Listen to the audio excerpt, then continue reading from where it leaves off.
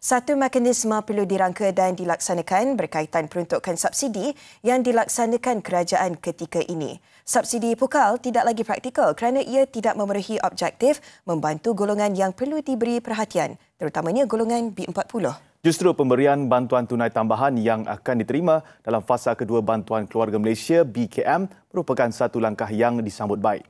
Tarik subsidi secara pukal dan salurkan peruntukan subsidi pukal tadi kepada golongan sasar dengan memperkenalkan subsidi bersasar. Bukan sahaja golongan B40, malah golongan pertengahan M40 juga mula merasai cabaran kos sara hidup dan kenaikan harga barang makanan ketika ini. Bantuan tunai tambahan yang diumumkan semalam akan membantu poket rakyat ketika ini, tak kala kuasa membeli pengguna semakin berkurangan. Sebab ini subsidi semua orang akan pakai. Contohnya, saya bukan B40, saya tinggi sikit. Tapi sama juga, apapun B40.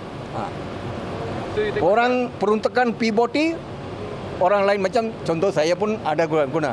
Sebab saya bukan B40. Saya rasa kerajaan memang patut buat macam tu sebab untuk tolong orang yang B40 ke bawah kan, memang diorang sangat memerlukan subsidi lah. Contoh untuk penggunaan seharian, memang memerlukan lebih banyak berbandingkan daripada T20 ataupun yang seandainya lah.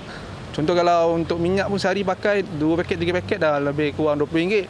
Kalau lepas ni subsidi dah diorang tarik, berapa pula untuk minyak sehari pakai? Minyak belum bagi barang basah lagi.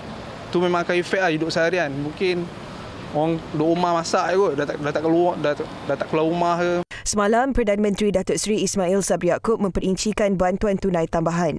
Bagi isi rumah berpendapatan RM5,000 ke bawah, seramai 4 juta penerima fasa 2 BKM akan menerima antara RM100 hingga RM400. Dengan tambahan RM100 lagi, jumlah keseluruhan diterima antara RM200 hingga RM500. Bagi warga emas bujang dan tiada pasangan, jumlah fasa 2 BKM menerima RM150. Dengan tambahan RM50, kelak akan menerima RM200. Bagi individu bujang pula yang tidak diperuntukkan apa-apa bayaran, bakal menerima tambahan tunai RM50. Ada yang berpandangan kerajaan tidak mempunyai sistem dan mekanisme yang jelas untuk menangani kenaikan kos sara hidup. Walaupun menarik nafas lega dengan langkah berkenaan, rata-rata yang ditemui masih menyatakan kebimbangan berkaitan kos sara hidup kini. Namun harus bijak mengatur kewangan sendiri dan keluarga. Ada rumah tangga tu koyak sikit lah. Macam kita orang ni bulan-bulan lah bagi kat mak ayah kan. Dah kahwin ni maintenance ni tinggi. Sebab dah kahwin, bayar rumah, barang pasar lagi nak makan lagi kan, kereta lagi.